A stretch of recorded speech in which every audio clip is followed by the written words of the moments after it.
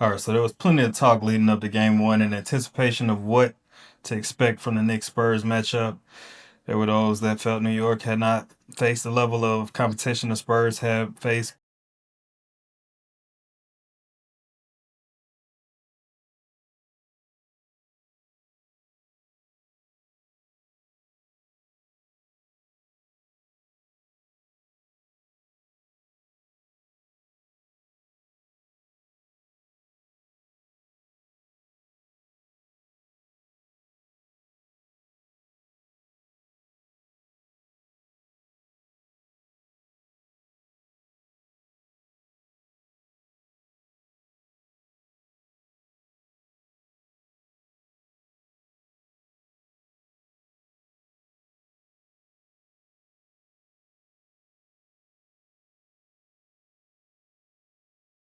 Something that many people were concerned about.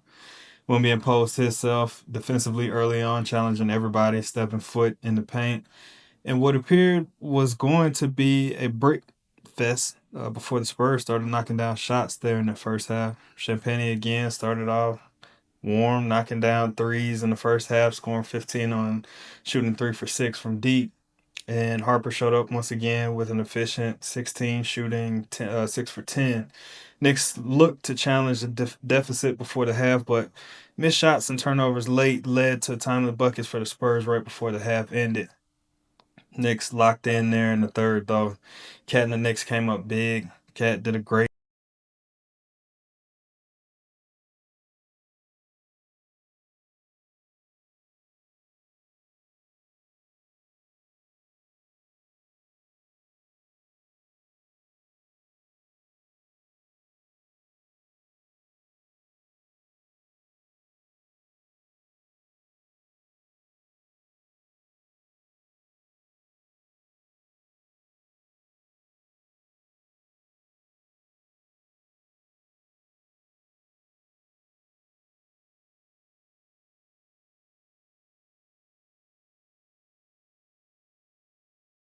half and started hitting shots of their own, which made it a lot more competitive. Kind of walking them down on that lead while finding their groove offensively. They refused to let up defensively, which was key. And down the stretch, when you needed a big shot maker in the fourth, you know who came to the rescue. Big body Brunson answered the call.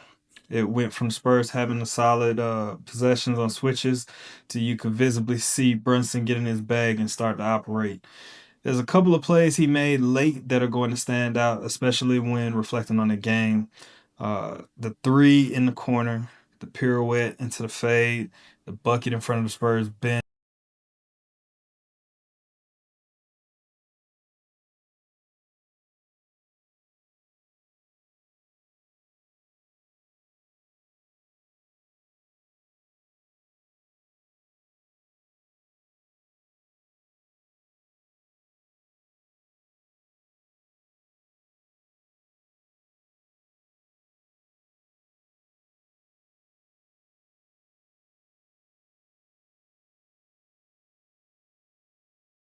Especially in that stretch when his guys needed him the most.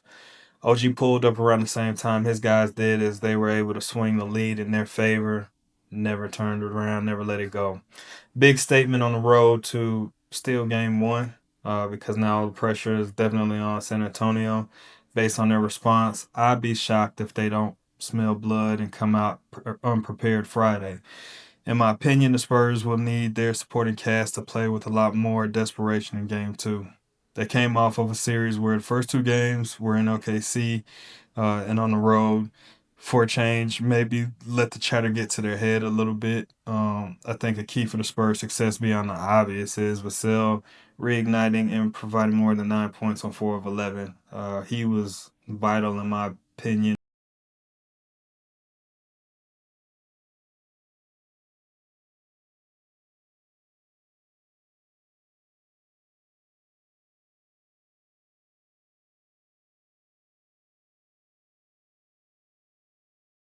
Don't believe me? Add them to your parlay and prize picks, and then double back. Let me know how that goes. And that's not me being malicious either. But I asked in the semifinal round, how long would it be before Harper assumed starting responsibility, seeing as how Fox recently got extended after the trade last season from Sacramento. Fox signed a 4-year deal back in August of 25. I mean, worth 229 million, and he's only into the first year. I mean, matter of fact, he still hasn't finished that first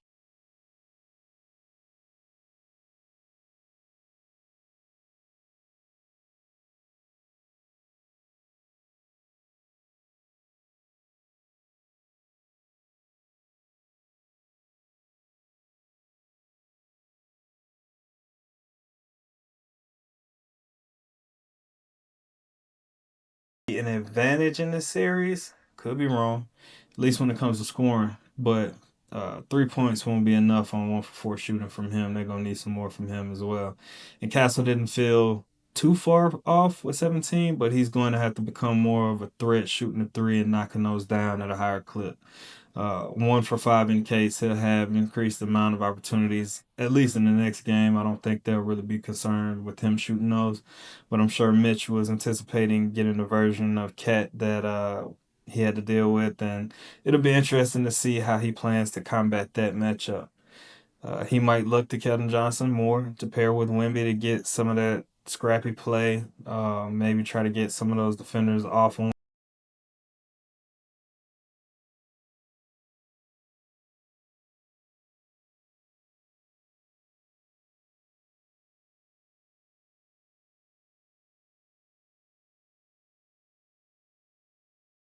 Well, I'll be glued to see how the Spurs respond. It's a must win as they would like to avoid going on the road to MSG down too, I imagine. We'll be here to recap the game once it's concluded. And remember, it's potential mayhem with Aaron. I will see you guys next time.